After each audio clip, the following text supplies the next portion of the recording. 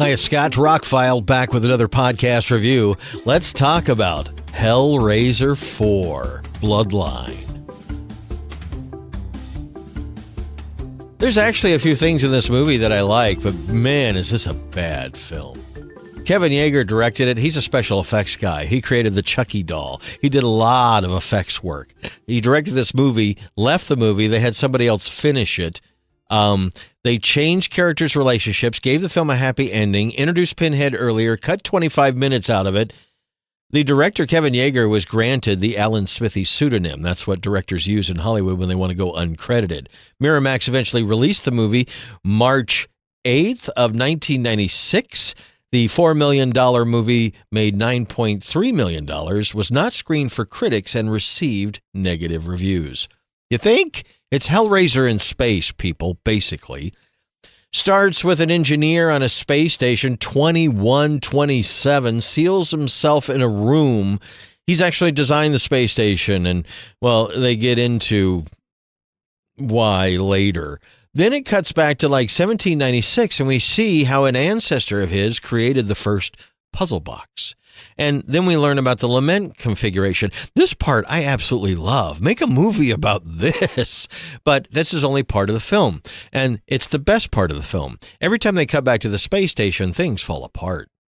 Robots have to solve the box to get into rooms. I mean, I don't want to give anything away here, so if you haven't seen the film, I'm about to give a big spoiler away. But I don't know if this was the original intent or how they changed the film, but the space station turns into a giant lament configuration that traps and kills Pinhead and the other Cenobites. That's the whole gist of the movie, that his ancestor, the guy who created the original box, has created a new box in space that will form. The whole thing changes, and it looks like a space station when you first come up on it, and it turns into a box that...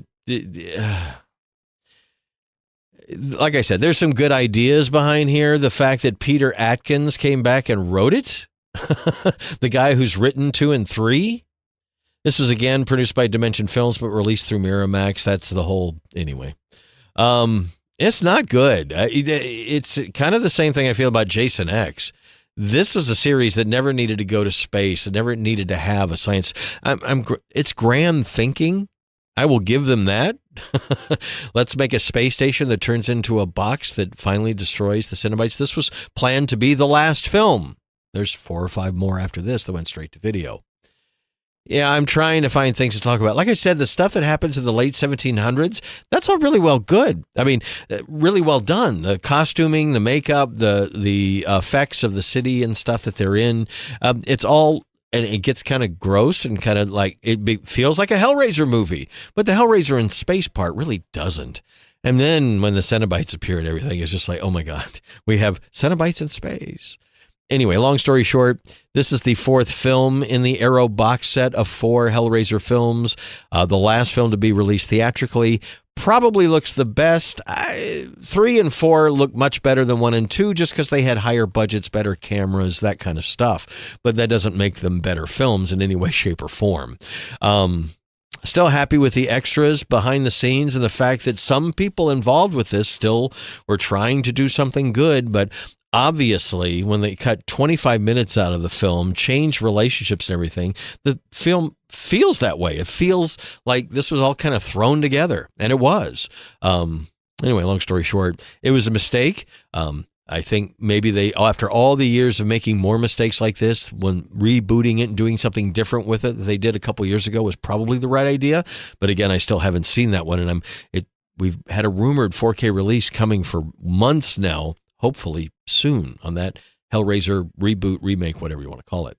But Hellraiser 4, the least of the 4 movies in the box set, but still a lot of extras and a decent presentation if you actually like this film. I don't want to bash a bad film. It really is bad. Most people will agree that it's bad. Anyway, Scott, I'm ROCKFILE. More podcasts are on the way. Happy Halloween. Happy October. I hope you're watching a lot of horror movies and enjoying them for what there are. We'll get back to some more fun ones coming up. Please like, share, and subscribe. Have a spectacular day.